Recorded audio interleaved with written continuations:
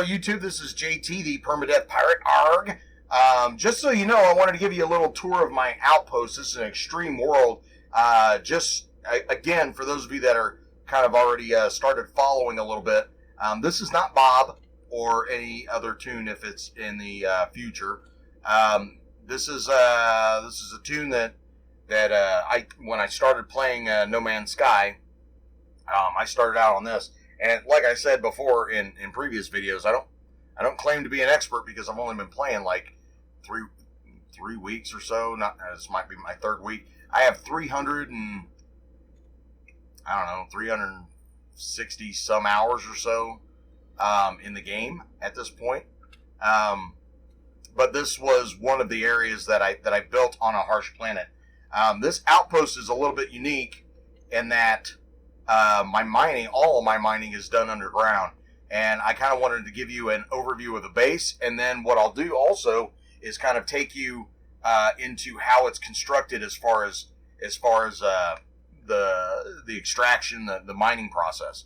Okay, so here's the quick tour. Right out here is my landing pad. You see my very cool ship hanging out here. There's my hauler. Go in here, and yeah, you can see that extreme storm. It's an extreme environment, radiation, I think it is. But anyway, here's the long-range teleporter. This is, whoa, I got turned around. Whoa, there it is. That's a short-range teleporter, which I'll talk about here in a little bit. That takes us into the tunnel system. It's way down below the base. There's a save point.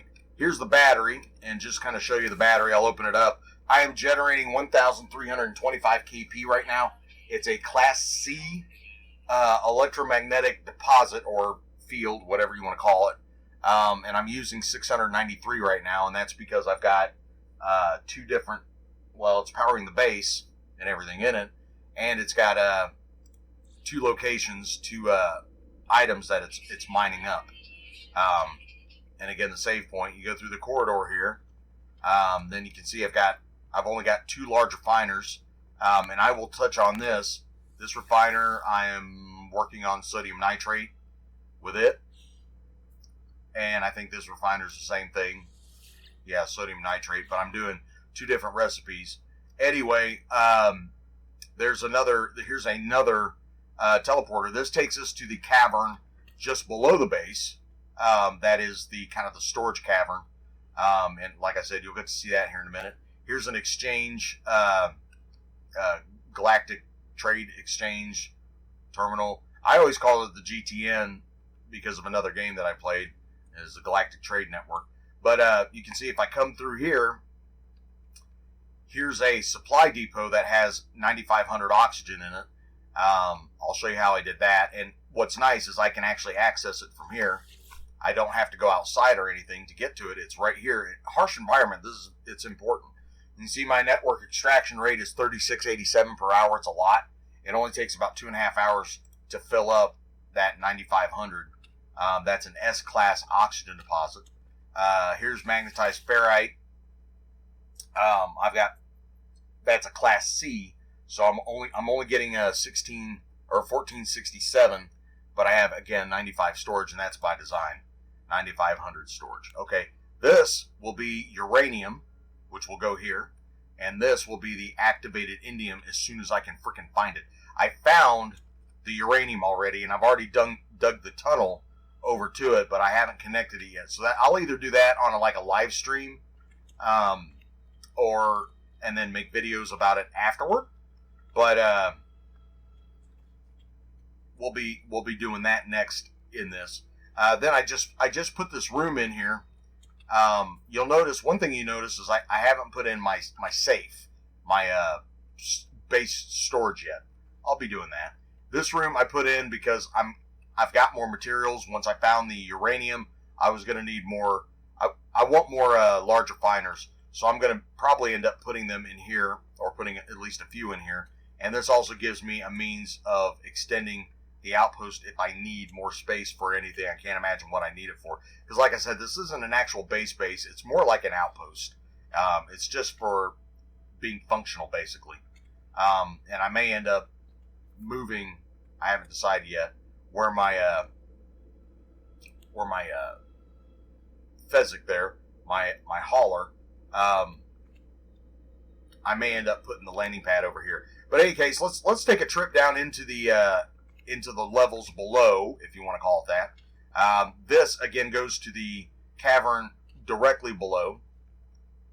So as you can actually see, I'll come over here. You look up here. That's the bottom of one of the base buildings. I opened it up because I thought, oh, I might be able to just drop a ladder down here and use a ladder, but I decided this would be a lot faster. So anyway, if you look over here, here's some storage units or storage depots that I've got set up. There's 5 for the oxygen. And then I've got 3 for the magnetized ferrite. And that's all I have. And you might be asking yourself, well, how is that possible? I mean, they're storing the same amount. Well, each one of these gives 1,000, okay, or will store, add an extra 1,000 to your maximum storage capability. So I've got 3,000 storage up here for the magnetized ferrite, and I have 5,000 up here for the oxygen. There's a good reason for it, and it comes down to the deposit.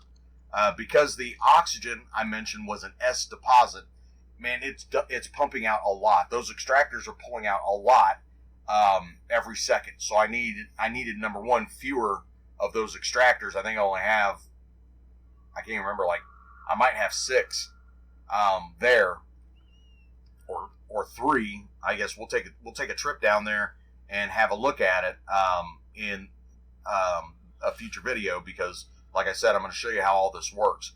But you can see how all these are they're all tied together. See? And then this one here has 3. So why do I have less? It's because I have more extractors. And each extractor gives you, I think, 20 or 250 storage. So I have a lot more extractors because that's a C deposit. And in order to get my extraction rate up a little bit, I added more extractors, which meant I needed much more storage to hit that 9,500 mark, which is where I kind of like to keep it. That's like 1 stack, and that leaves me at least a room for 500 or whatever, because I do have the stack mod. So that enables the 9,999 stack size for Permadeath, which I prefer. That's one area, and it's personal preference. That's one area where I don't really like. It's a nuisance more than anything else. It's manageable. You can work around it. I actually got a lot of this done before I installed that mod, but it's just a time saver. So that's why I go ahead and do it. It makes things a little bit more convenient, but at the same time, you're still fighting everything else. So anyway, I'm not going to go through all that and try to justify it to you, because really at the end of the day, it's a matter of personal preference. I don't have a lot of mods that, I don't make myself like OP or anything or invincible. I can still die.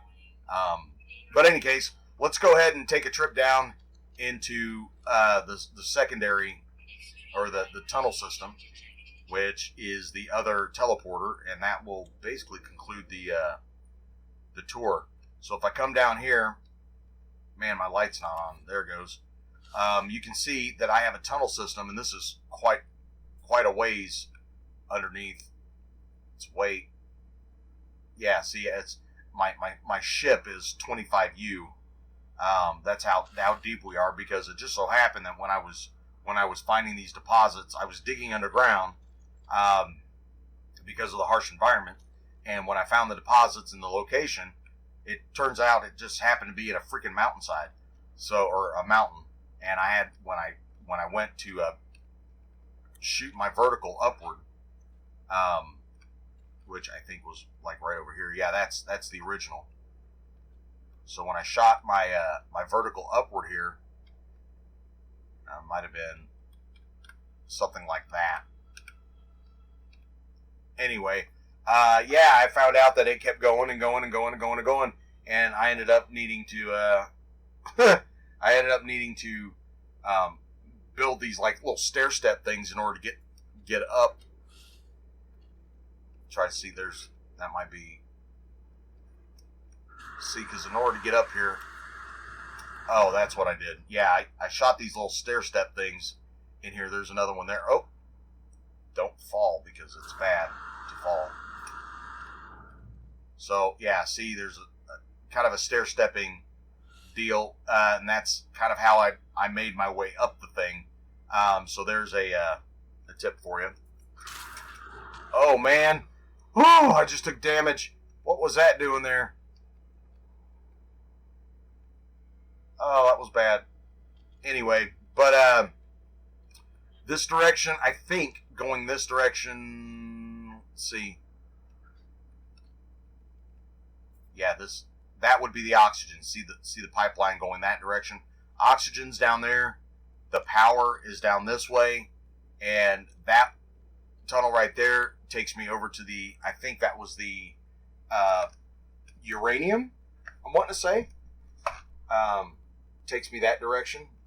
I think. Maybe not.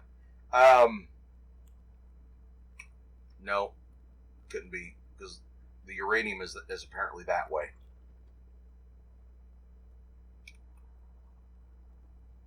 That's got to be it there. Anyway, but yeah,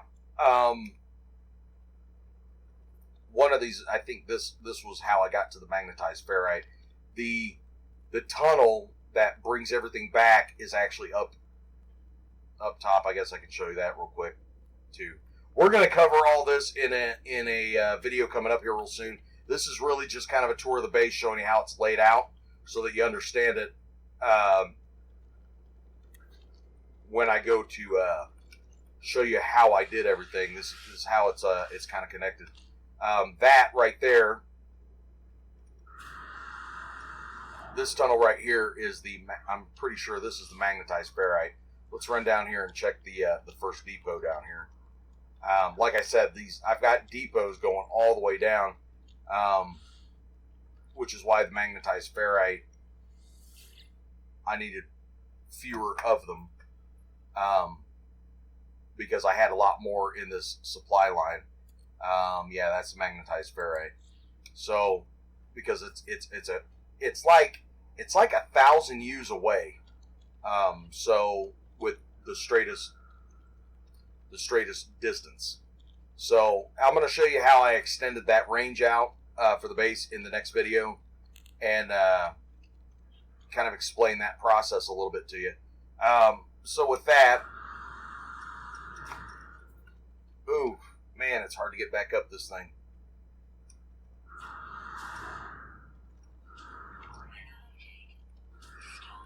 Yeah, see, that storm's raging up above, but I am not having any kind of issue because I do everything underground in harsh environments. It's far easier in nice environments. You don't have to deal with this kind of stuff. But if you're in a harsh environment and there's something there you want, this is how you do it. You're gonna do stuff underground mainly. So underground mining, very important, which is what we're going to cover in the next video. So please like, subscribe, smash that notification bell, and I sure appreciate it, guys. We'll talk to you soon. Bye.